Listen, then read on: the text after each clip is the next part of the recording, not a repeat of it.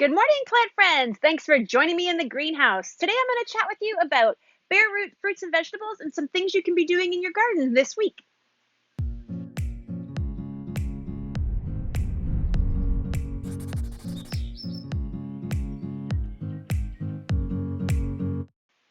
Hey there, how you doing today? I can't believe the sun is shining again today. I keep thinking it's going to rain. Oh, it's going to rain. And we so need the rain. The ground is so dry right now.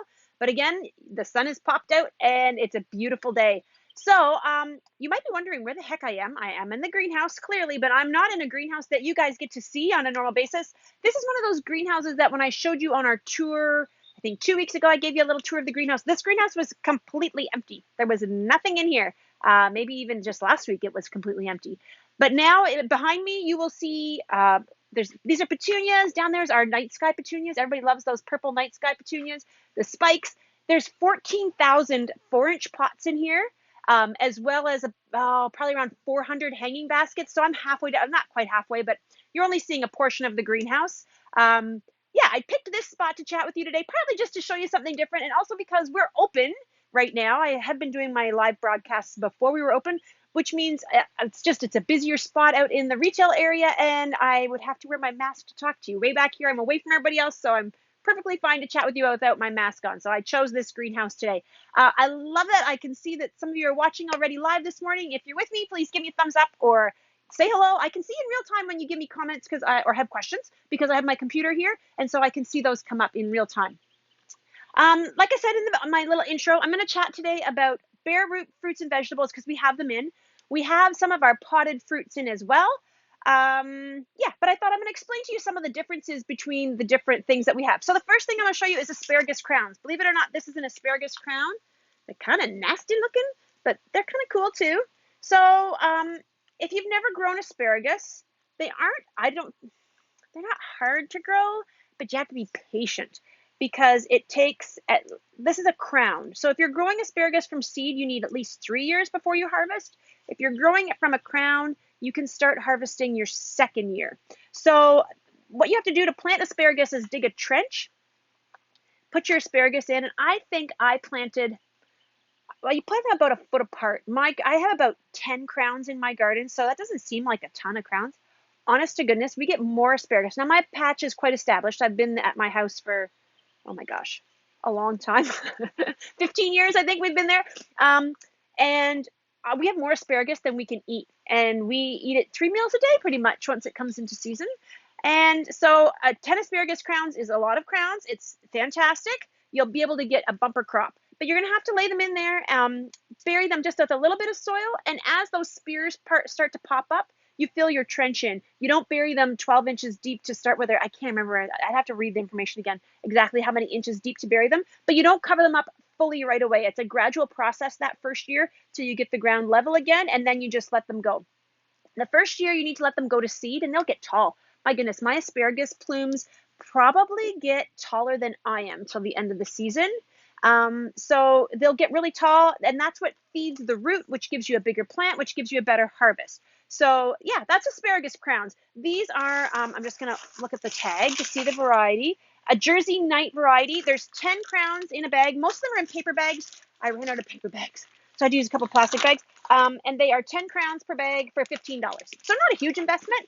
And if you like asparagus, yeah, it's awesome. Really, really, really, really good. Okay, so that's asparagus crowns. Now, hey everybody. Hello, John. Hi, Caroline. I'm going to talk about strawberries next. We have two kinds of strawberries. We have ever-bearing strawberries, and we have June-bearing strawberries. Now, I only brought the ever-bearing with me. I should have grabbed both because I don't remember the variety of the summer-bearing. These are called Eversweet ever-bearing. The June berries have a different name. Sorry, I don't remember. I have to look it up. Strawberry roots, you can see the strawberry plant already starting on these. And again, I plant them, you don't have to plant them super far apart, but depends how big a garden you have to work with. They do grow together. So remember, strawberries send out runners. So again, your first year, I would actually recommend that you pick off all the blossoms and don't eat any strawberries if you want to get your patch established more quickly.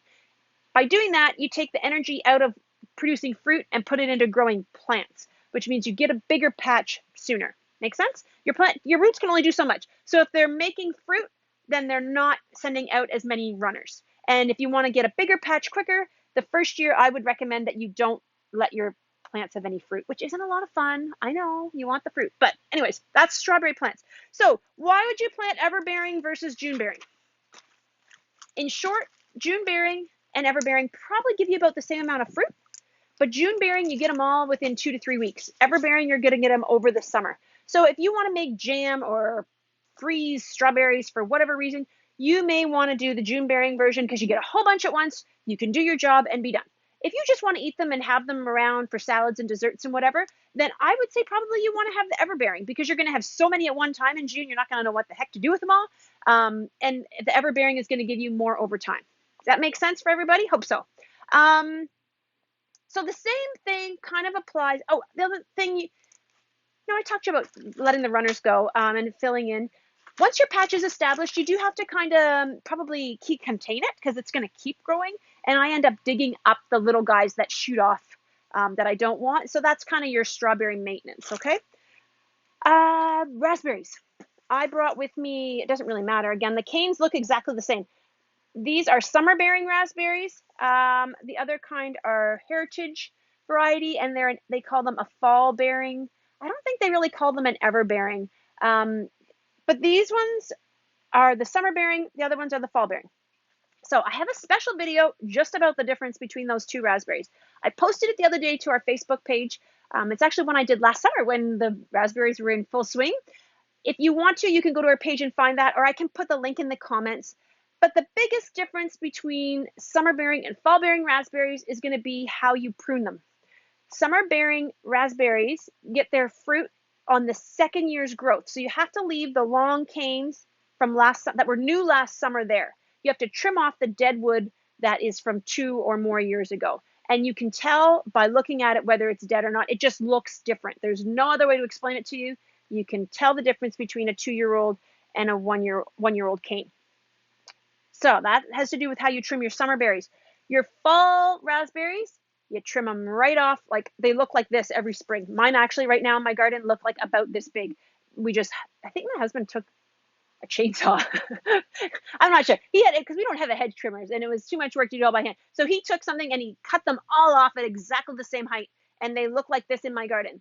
They are not going to give me fruit probably till after Labor Day, but then they're going to give me raspberries straight through till there's frost. Usually we end up eating the last few berries when they're frozen in the morning after a really hard frost in, end of October, early November, sometimes even. So those are your two differences in raspberries. This stuff you could pretty much plant now. It's crazy for me to say that. Usually the gardens are so wet right now that you have to hold on to that stuff. But they are hardy. So if you want to come and get your raspberries now, you certainly can. Just give me 1 second. I want to make sure that nobody's got any super important questions here. Well, we have blueberry bushes to buy. Carmen, we have them in already. There's blueberry bushes here.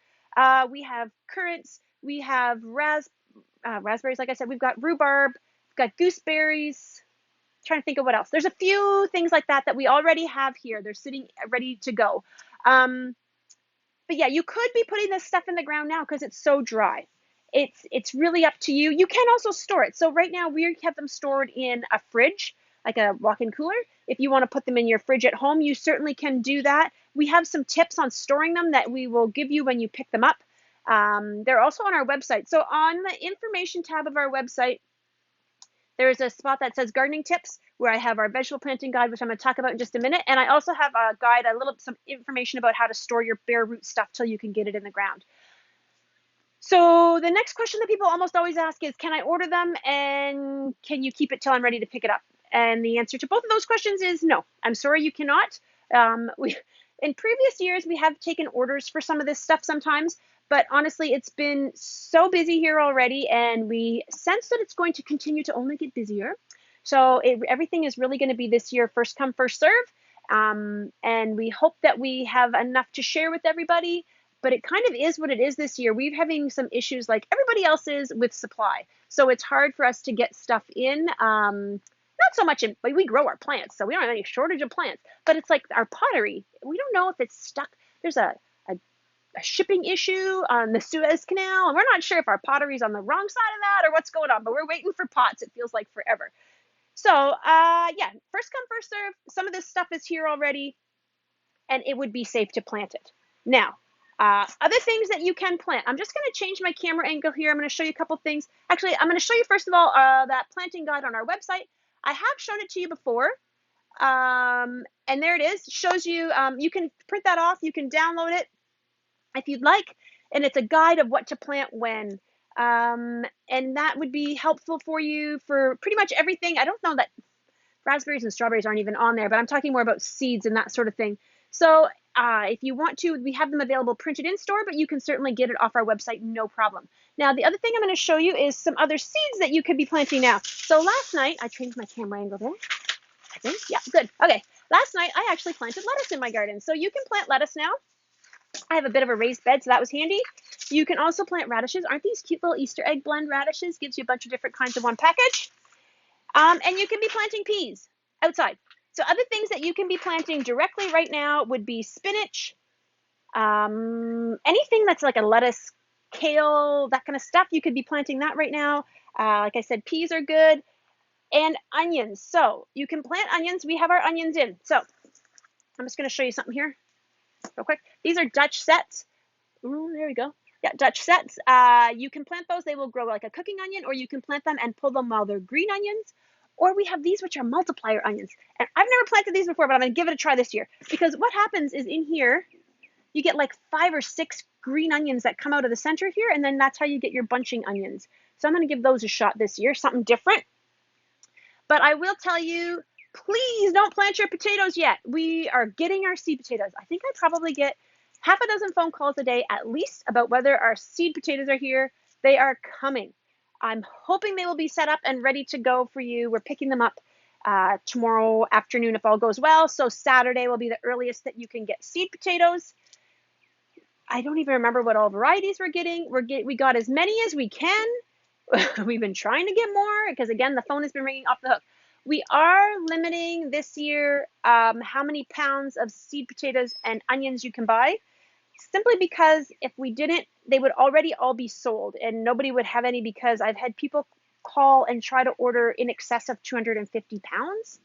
And so we want to try to make sure that as many people as possible can get potatoes and onions. So potatoes we're limiting to 10 pounds, which is quite a lot of seed potatoes, and onions to 5 pounds, which again is a lot of onions. So that should be enough for any families, well, most families anyways. And if we end up with quite a bunch left once we get into more the middle of May, then we may lift that limit. But in the meantime, we want to, like I said, try to make sure that we get as many people to have some as possible. Brenda, I'm just going to back up a second. You asked how much the strawberries are. There is 10 roots per package, and they are $7 per bag. So hopefully that helps you there. Along with our guide, other things that you could be planting indoors right now, eggplant. And I'm going to switch my angle here 1 second. I want to show you this because it's so cool. Look at these eggplant seeds. Aren't those super cool looking? I have tried to grow eggplant, and I've had some success. I have grown some eggplants, but I never know what to do with them. We don't really eat eggplant. I just like the way the plants look, and I like the way the fruit looks, and then I don't know what to do with the eggplants. So if you got an eggplant recipe, let me know. I would love to. My husband's like, why are you planting eggplant again? We never do anything with them. I'm like, I know, but I love eggplant. Anyway, so yeah, these are really cool seeds. We've got some really different seeds from West Coast Seeds, different varieties of stuff. So that might be worth a look when you're here. So that's the things you can do. Other things you could plant inside right now still would be tomatoes, Brussels sprouts, cabbage, and if you still want to, peppers, but it's getting to, you got to get them in quick because peppers, it's getting to be a short window. They usually are seeded earlier than this. Do not seed in your house pumpkins or squash, at least not yet. I would wait at least 4 more weeks to seed that inside your, 3 weeks for sure, to seed that inside your house. And pumpkins, just don't do it. Do yourself a favor, don't do it. Put it in the ground, in your garden, it will grow. Melons of any kind, do not seed them yet. You can seed them inside if you want, but again, wait 3 weeks. Don't seed cucumbers, not yet. It's too early. Green, yellow, purple beans. Again, I don't think there's really any advantage to planting them indoors beforehand. Plant them straight into the ground. It'll be just fine. I mean, if you want a really early crop, like if you want to try to have beans by the end of June, sure, plant them inside, but wait until the 1st of May to plant them, or the last week of April, and then you can transplant them outside. I wouldn't bother with carrots or beets. They just don't transplant very well. I've tried repeatedly. I would plant the seeds directly in the soil. Don't plant your potatoes yet. And I would say don't plant them indoors at all unless you're planning on container gardening. Last year we had root pouches. They were like a cloth bag that you could grow inside, and we have those again, and we may even do a little planter kit, but don't do them yet. You could plant them inside now because you can transition them outside later. Do not put them in the ground now, even though it's dry enough. The potatoes need warmer soil to germinate, and you're just going to have rotten potatoes in your garden that will accomplish nothing. And also, do not plant your zucchinis yet. It's too early. Wait a few weeks. Don't plant them. In the meantime, you can trim your raspberries if you've got them, or your asparagus if you've still got the long, leggy pieces of the asparagus out in the flower beds.